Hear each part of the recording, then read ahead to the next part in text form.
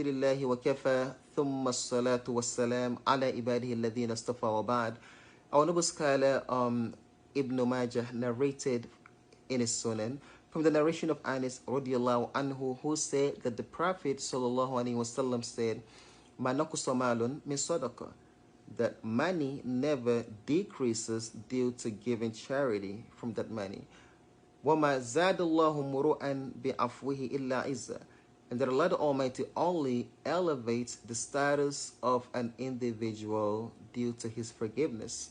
Meaning, if you forgive, Allah the Almighty will elevate you due to that.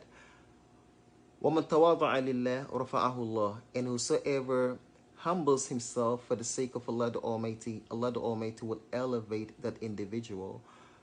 If you look at this hadith, the Prophet ﷺ has connected between forgiveness and humbleness, because the one with the humble nature is the one who forgives, and the one with the arrogant nature is the one who does not forgive.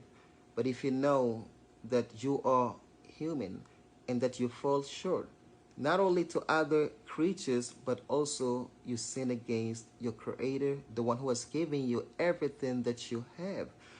If you know that, you will forgive those who wrong you from human.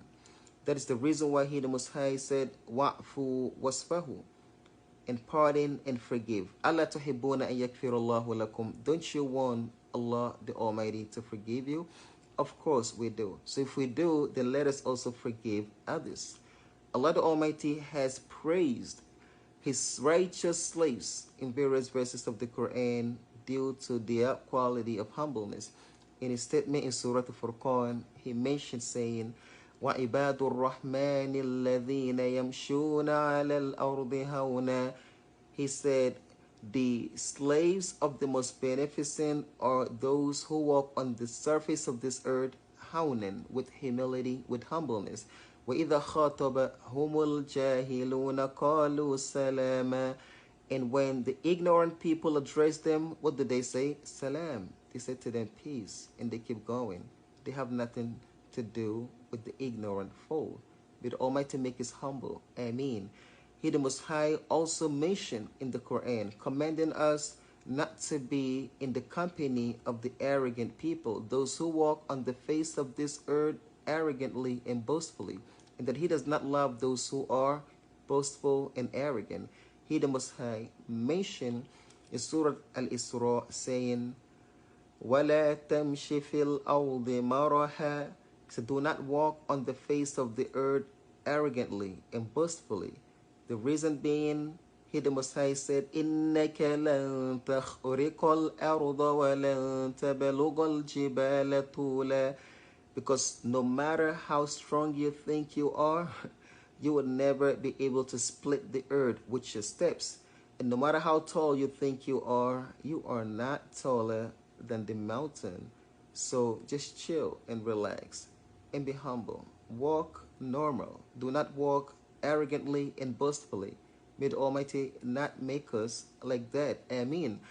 Our noble scholar Abu Hatim said, if there is no virtue in humbleness other than the fact that Allah the Almighty elevates whoever humbles himself, that should have been sufficient for us to humble ourselves.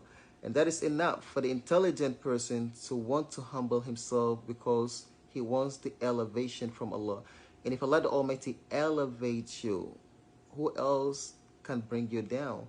If Allah the Almighty is with you, who else would you be afraid of? And if Allah the Almighty is against you, then who else can you turn to for help and support? And of course, Allah the Almighty is with those who are humble, and He is against those who are arrogant. As a matter of fact, He said, Inna Allah la yuhibbul farihin. Indeed, Allah the Almighty does not love those who are boastful and arrogant. So we want Allah the Almighty to be with us and to love us and to elevate us. Then we should adopt the quality of humbleness.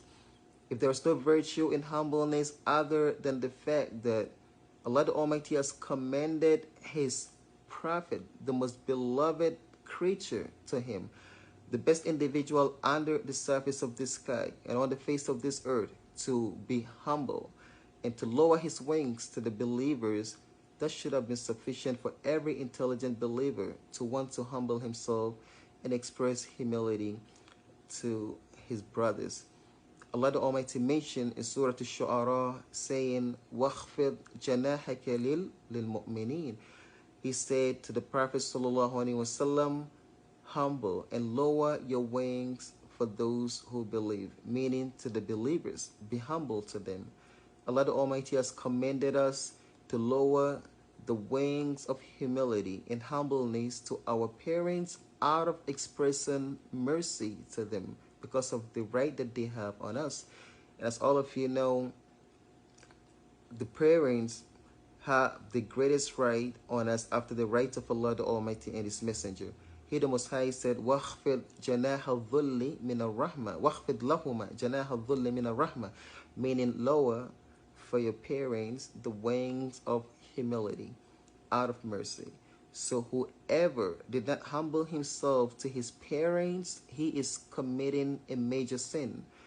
The sin that one needs tawbah in order for him to be forgiven. Allah the Almighty said, do not say to your parent, meaning, my mom. Do not express any dislikeness to your mother or your father. But unfortunately today, people raise their voices above the voices of their parents. Not only that, they talk back to them. Not only that, some of them even use curse words when addressing their parents.